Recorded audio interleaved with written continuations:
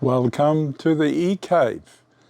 In this episode, I'll be trying to put a industry standard 3.5-inch diskette drive on the Model 3286. So, will that work, or how does it work? Well, to find out, why not join me in the E-Cave?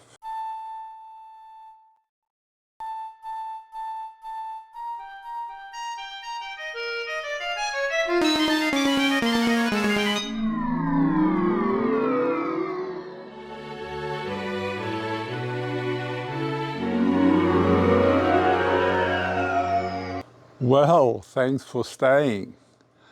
Yes, I was interested in finding out whether I could put a industry standard 3.5-inch diskette drive like this one on the Model 3286.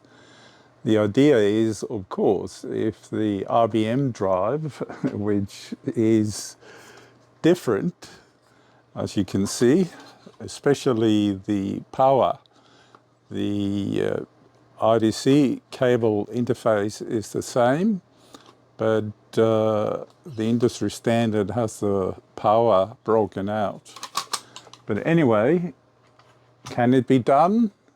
And if so, what needs to happen to make it work? Well, I've produced 2 episodes before, one on the generic interface on the 3.5-inch diskette drive, and the second one was specifically on the differences IBM had done on the interface for the Model 3286. So I did that in order to better understand the interface and make it easier to understand as to what changes I have to do to fit one of these industry standard floppies. Now, in the second interface, I talked about the 2 signal lines, i.e. control line 2 and sense line 4, which IBM uses on these motherboards with the IBM diskette drive. Now, that has led me to make sure that in order for this standard diskette drive to be detected as a 1.44 megabyte drive, the signal line 4 has to be grounded. By doing that, the BIOS will pick up the fact that it has a 1.44 megabyte drive attached when it boots up, and when you put a diskette in there, it will pick up the fact that it has a 1.44 megabyte diskette. On the other hand, control line 2, which IBM sends to the diskette drive to tell the diskette drive the actual density of the diskette it is about to format or write to, we will simply put a 4.7 kilo ohm pull-up resistor on that. And the reason for that is these drives don't use that. So signal line 4 and signal line 2 on these standard diskette drives are simply disconnected on most of them, if not all. Therefore, by putting a pull-up resistor on control line 2 and grounding sense line 4 on the IBM interface here, we've isolated that from these drives and basically told the motherboard and BIOS that we have a 1.44 megabyte drive. Now, when I say 1.44 versus 720K, there's no settings in the BIOS for that. The only thing the BIOS has is a diskette drive status in the floppy controller, and it records there what's called the density, so which is basically the data stream that's either written to the diskette drive or read from the diskette drive. If it's a 250K data stream, it means a 720K diskettes. But if you double the data stream to 500K, then you have a 1.44 megabyte diskette. So it's all about the data stream. The floppy controller uses either 250 or 500K, depending on the diskette you want to format or write to. Now, for whatever reason, IBM was using control line 2 and sense line 4 to detect the diskette drive density, whereas modern drives, they don't have that. So how do they actually work? Well, they simply work by sending the data stream. If you're reading a diskette, the data stream will arrive at the floppy controller depending on the diskette you're reading. And the opposite is true if you're formatting a diskette. When you format a diskette, if you just say format A, it will automatically use 500K data stream, which is a 1.44 megabyte diskette. But if you want to format a 720K diskette, you have to use extra command parameters to indicate that. And the floppy controller will use a 250K data stream. So using one of these should work on a motherboard like that without having to use those extra signals IBM put in place. So how about we try that out? I've actually grounded, isolated and grounded signal or sense line 4, and also put a pull-up resistor on control line 2 and isolated it from the diskette drive. So I have another one there. I've got a few of these. What will happen when we do that? Is that the only thing we have to do? Of course, apart from breaking out the power, i.e. because IBM uses the plus 5 volt and the plus 12 volt on the IDC cable, we have to break that out, because if you plug the IDC cable in here with the power from the motherboard of the Model 30 286, the power supply will shut off, because the 5 volt will go into pin 3, which is normally grounded on these, and the 5 volt grounded on the motherboard means the power supply will shut off. So you have to cut those, i.e. signal line 3, which has the 5 volt, and signal line 6, which IBM uses for the 12 volt. Once you've done that and broken them out, disconnected from that drive, you can funnel it into the connector that is required to hook up the power to these drives. But let me show you. Here's my setup. As you've probably seen before, the 3286 motherboard is here with this compact flash card, and it has booted up into DOS, or IBM PC DOS. Now the floppy controller cable comes into this breakout box I've got, and then into the industry standard diskette drive. Now, because on the 286 the power is delivered to the IBM diskette drives via the IDC cable, I've had to break it out. So if you see here, signal line 3, which is normally ground on industry standard diskette drive, is plus 5 volt, and signal line 6 is plus 12 volt. So I've disconnected them from entering into the drive. I don't want to fry it. And then I take the plus 5 volt and the plus 12 volts and just put it into a standard cable here. And I'm using the ground.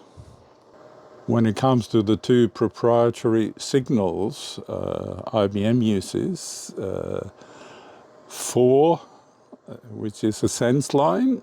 I've actually taken the sense line 4, which is this wide cable there, and I've grounded it, which means that the diskette drive will always be represented as a 1.44 megabyte drive. And signal line 2, so what I've done there is I've just put a 4.7K resistor to the plus 5 volt. So it has a pull-off resistor, because the signal lines 2 and 4 are not found on modern diskette drives. They're normally not connected, at least the 3.5-inch ones. So we have to terminate 2. Now, is this enough? Well, as I said, let's try it out. So I've got a diskette in here. That's a 1.44 megabyte diskette. So let's say DIR, a drive. Well, I'm not hitting the right keys. DIR, a semicolon. There we are. What will happen? The drive lights up and dies, and what do we get? General failure reading drive A. So no amount of magic will make that happen. And there is a reason for that. So let me show you that. I've got the oscilloscope on signal line 30, which is the read data that's supposed to come back to the floppy controller. And that is this yellow trace. So if we repeat that, see what happens on the yellow trace, which should be showing the data.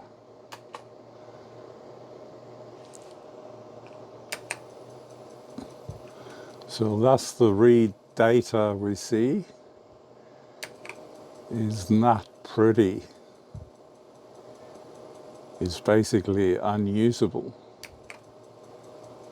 And that's the reason for the diskette floppy controller being unable to read the diskette.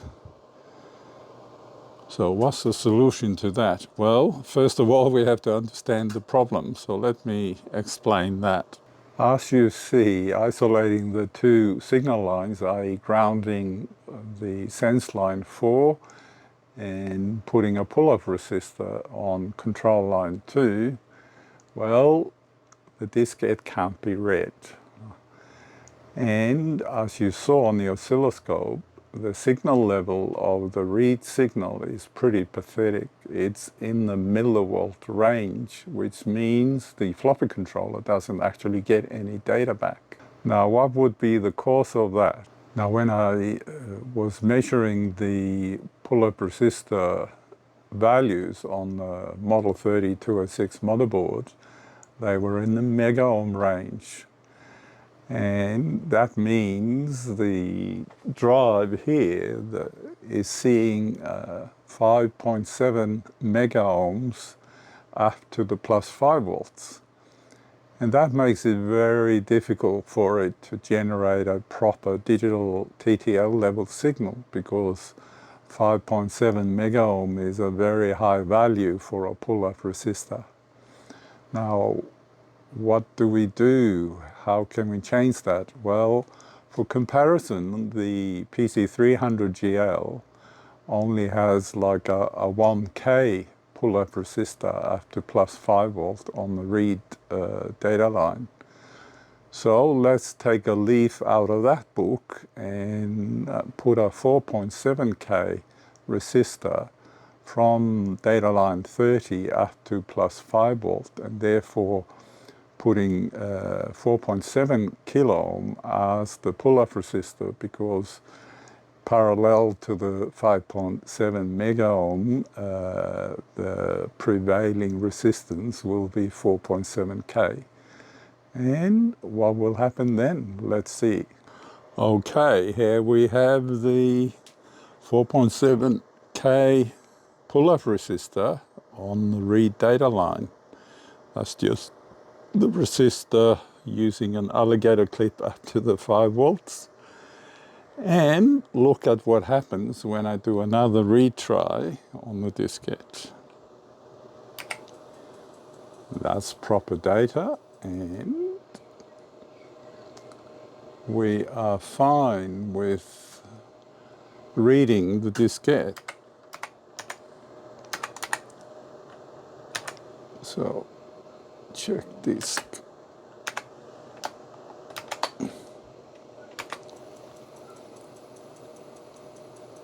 And the diskette is read fine. We can do that again. And you can see how the data signal is a lot better. All because of the termination, or proper pull-up resistor termination. So what's the pull-up resistor current? Be interesting to see that. I fired up my Keithley, and I'll have to plug into the line to measure the current. So hang on. So I've inserted the current measurement into the pull-up resistor. So the black, and the black goes onto the 4.7 kilo ohm resistor, and the other one goes to +5. So we're measuring the current flowing through the pull-up resistor, and as you can see, it is about 1 milliamp. And if I do a check disk, it doesn't change much. So 4.7K seems to be okay, and not putting a lot of current strain on the CMOS ASIC on the PC motherboard. And that looks to be good. Well, I can only hope all of this makes sense, and you will be successful if you do need to put a non-IBM diskette drive onto the model 3286. Now, when I was talking about density, I forgot to mention that the diskettes have a hole in them if they are double density, i.e. the 144 megabyte diskettes have an extra hole, and the single density diskettes do not have that hole. That's just an indicator for the diskette drive, which type of diskette is physically inserted. But anyway, so the key things you need to do are to cut wire number 2 and isolate it, and put a 4.7 kilo ohm resistor to wire number 3, which is the +5 volt, which you also have to cut and isolate.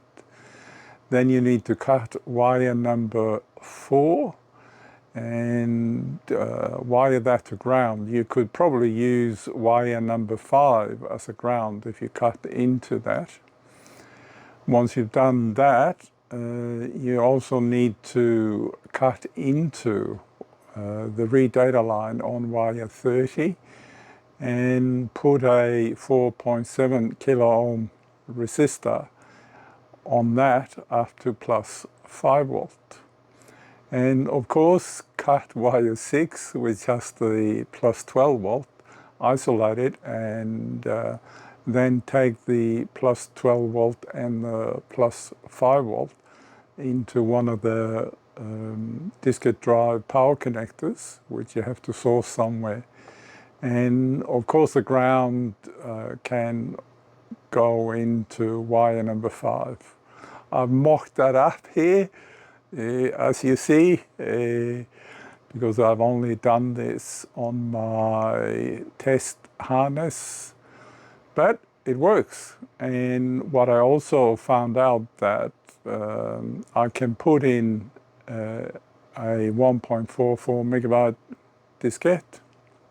I can format it or read it or copy to and from.